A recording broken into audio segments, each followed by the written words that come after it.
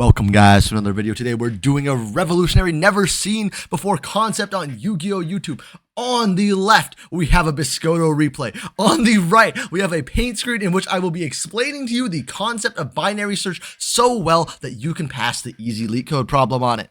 We will be putting the replay on the left in fast forward, and I will be attempting to both review the replay and explain binary search at the exact same time. Let's see what goes on. Immediately, the game starts off here. Biscotto is going second. Theo is going first. They open a hand. 40 versus 40. Kewl Tune versus Azamina roll at. We see Guri phone draw phase. We can just kind of let this go. Presumably, this will interact at some point. They'll discard Duel Star, get the turn 0 setup, and they will likely interact with the very first card that Kewl Tune plays. In the meanwhile, for some reason, the Kewl Tune player hasn't played anything. They could have belled the Duel Star. I just don't think they know that. But over here, we should talk about search algorithms. The first thing you need to know about search algorithms while they're comboing is that we have a concept known as Big O. I'm going to put this on normal speed so I don't die, right? Big O is basically the idea that you have worst case time complexity plus a certain number, right? O of 1 would therefore be a time complexity of 1, right? It takes exactly one iteration or one comparison to get your answer. O of n would be for an array of size n. You need n comparisons to get your answer, right? With that being said, we can define a search algorithm as, oh my god, they're still Kewl Tune comboing. They searched Ash. They're going for Ash in this combo. That's crazy. I don't know why they got rid of Ogre. That's also crazy. If you have an array of numbers, e.g., I'm going to use a sorted array here, 1, 2, 3, 4, 5, 6, right? We'll define this as an array here. Kewl Tune's still playing kind of weird, right? They're going for Remix Zaylin so they can get the Ash back, and then we can play on their turn. The idea of a search algorithm is that you're just trying to find a number. Say I'm finding the number 3, right? Reveal Deception and Scholarship off the top, which is kind of interesting. They have managed to clear Biscotto's board at this point, which means that the turn 0 play didn't work because they ogred it. That makes a lot of sense, actually. Say we're trying to find the number 3. The easiest algorithm that you think of, right, is we go through every single, part of this array, right? Every single entry in this array, we go one by one and we try and find the number 3. This is an algorithm with worst case time complexity O of n, right? Because theoretically, in the worst case, 3 could be at the very end of the array, and this would take O of n time to complete. This is a very, very interesting way to approach searches, and it's a very common way. O of n is ultimately not actually that bad of a runtime complexity, right? And therefore, this is not the worst algorithm in the world. However, the reason why nobody uses that is 1, because it's bad, and 2, because there's a very standardized algorithm. But before we talk about binary search, we have to talk about this end board. And Zaylin and Remix is really just not that great of an end board here. Ash is really fine. Over here on the Biscotto side, we draw a Deception for turn. We have Called By for the Remix, which will either force out a Zaylin or force out a hand trap here. We have Ritual Records, which will get us a starter. We have Scholarship Engraved to force out the Remix here so that they can't get Ash or Ogre if we really want to. It's also another body. Wanted gets us to another card. I struggle to see how we win this game, to be perfectly honest. 2 hand trips is just a lot. But I can also see a world in which if the interactions are used incorrectly, there's just not enough to stop them here, especially with only 1 KTS set. So we'll see here. Main one, we're keeping the Wanted to block the Zaylin off of one of our cards, I assume. Remix is interesting. Do we Called By this? We do, and that does force the Zaylin negate. I think there's a world in which you should just bell that, though. But that's just my opinion. Then while they play here, the premise of binary search is always given a sorted list of numbers. Because theoretically, you should never have... Oh, see? We're just going Wanted here. Maybe is a... I don't know why we go Wanted there, right? We go Ritual of Light and Darkness, it gets belled, we go Wanted. Just for an extra card in hand, I suppose. Anyhow, the premise of a binary search is that if you are given a sorted list of numbers, which you almost always are, so we can kind of ignore that as the premise, right? It just doesn't work for anything that can't be assigned a given number of values and then sorted. Sorts run an O of n log n time and are usually time efficient anyways. It is preferable to do work on sorted arrays. I believe merge sort is n log n, and Tim sort, which is the standard sort that Java uses, is also n log n, so it doesn't really matter that much.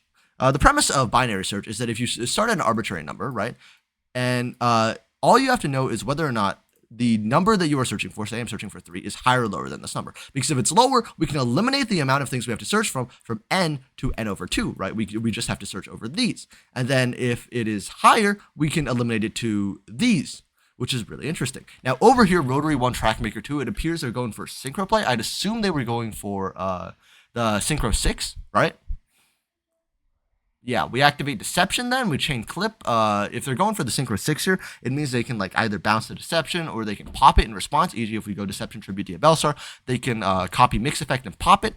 I think it's interesting knowing that they still have a corrupted ritual records push here into an Ash Blossom. I just can't see how we win this game. I guess we're preemptively popping the deception. I don't like that very much, right? We didn't chain it to deception effect? Ooh. Now what happens if they deception again, right? Records gets RS'd. This gets Ash. And then, yeah, so it's like, what if we had just popped this in response, right? What if we had instead clip summoned Maker and then popped it in response? I guess then we still have the Diabellstar push, so it doesn't really matter. I think our opponent just used their interruptions really poorly here. I think Ash on Demon was probably preemptive, right? Yeah, and RS on the records, maybe we just Ash the record, save RS for like a dark play. I don't know. It just doesn't feel like we played these interactions particularly well, and now we just lose the game, right? We just get dark stolen and then access coded for game.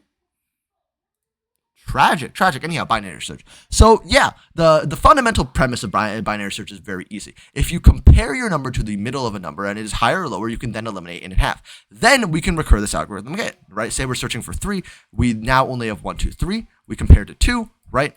And since 3 is greater than 2, we only have one last thing to compare to, and therefore it's 3, right? This works really, really well at scale, and what you'll find is that because of the branching tree of options, right, because of the master theorem, a couple other things, and because your pool is getting cut in half each time, the maximum and the worst case time efficiency of binary search is O of log n. And this is a really fascinating time efficiency at the end of the day, because you would think that such a simple algorithm, one of the first algorithms you ever learn, oh, look at that, we're going for the access code line, one of the simplest algorithms and one of the first algorithms you ever learn would not be the most efficient search algorithm possible. But for a multitude of reasons that I cannot get into because it is a little bit too complicated, I think, you can draw a tree with it. Binary search, I believe, is also the fastest possible search algorithm on a large scale as it approaches infinity. I believe. Do not quote me on this. There may be one that is like mildly faster than binary search. It gets it like really, really down at like the specifics of exactly what log is. But I believe O of log n is the fastest a search algorithm can be. And if I'm lying about it, you have to consider that I'm also watching Biscotto win a game of Yu-Gi-Oh! On the side as I do this. Perulia is very nice. Perulia Fu is really nice. They do have 3 hand traps, which makes it kind of rough. But Imperm kind of irrelevant. And Ghost Ogre is that. Sloth kind of gets us there. Talents is already good. Like, even without Sloth, this hand is already crazy, right? Now, how do we apply binary search on a larger level, right? What happens when we're not just searching for a number? Well, we can also assign objects arbitrary values, right? E.g., like if we have colors and we're searching for a color, right? If we are searching for a color on the color spectrum and we're trying to find a match to 255A5, right? If we have a way to sort colors by value, e.g., we can convert this into a value. I believe this is a hex code, so it automatically has a hexadecimal value. Then we can search that value array instead, because we know at some point we are going to hit it, right? The proof for this is basically like we know when we split off this array into 2 pieces that it cannot possibly be in the space we eliminated. Therefore, it must remain in this space. And when we do that again, we know it must remain in this space. And when we do that again, it must remain in this space, and so on and so forth until you eventually find the value. The point of binary search is that sometimes you just want to search algorithm faster than O of n. And now what you could also do there, and we might as well talk about this, is you could bogo search, right? You could choose an arbitrary value in the array, you could queue 6, and then you could hope that you're correct. Now, this works really, really well on a small scale, right? Like on 4 numbers, it is O of maybe 4, and on 5 numbers, it is O of maybe 5. Or something like that. I don't actually remember how randomization works. This is probably not correct whatsoever. However, as n approaches infinity, the probability of you hitting it on the first time becomes infinitesimally smaller, and the probability of you hitting it on the second time becomes infinitesimally smaller, until eventually you are left with something that is basically O of n, but like bad, because what if you just hit the same number twice? Like, what if I queue 6 twice? And if I'm removing them from the array as I do them, why not just go in order? Why am I just doing the algorithm that is almost objectively worse, except it could technically be better? If you think about it, the option where you just go through the array and you just select values is basically just bogo search. You choose a random place and then you search it, except you are eliminating that spot from contention as you go along, unlike bogo search. Which is why, while bogo sort is a viable algorithm for sorting, bogo search is not a viable algorithm for searching. Now, I realize I didn't really commentate the back half of that duel, but as soon as you see the Perulia Fua, it doesn't really matter that much what happens happens beyond that point, right? We saw Sloth. It didn't resolve, but we see Talon, so we see all these cards, and then at some point you just get to go for Access Code Lethal. And yeah, that's about it. This is the worst video ever produced. If anybody would like to @ me, I don't know. This was for fun. I will post an unironic replay review eventually.